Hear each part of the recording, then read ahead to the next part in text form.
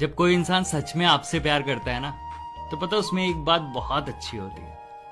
कभी जब आप दोनों का झगड़ा होगा बहुत ज्यादा, तो वो आपको उल्टा सीधा बोलेगा कि आज के बाद मुझे कभी कॉल मत करना और ब्लॉक कर मुझे सब जगह से। कई बार तो ऐसा होता है कि वो आपको ब्लॉक भी कर देता अपने फोन से। लेकिन पता, 1 घंटे 2 घंटे या तो ज्यादा से ज्यादा 1 दिन, उसके बाद ना दोनों में से एक इंसान कॉल कर ही लेगा, मैसेजेस कर ही लेगा।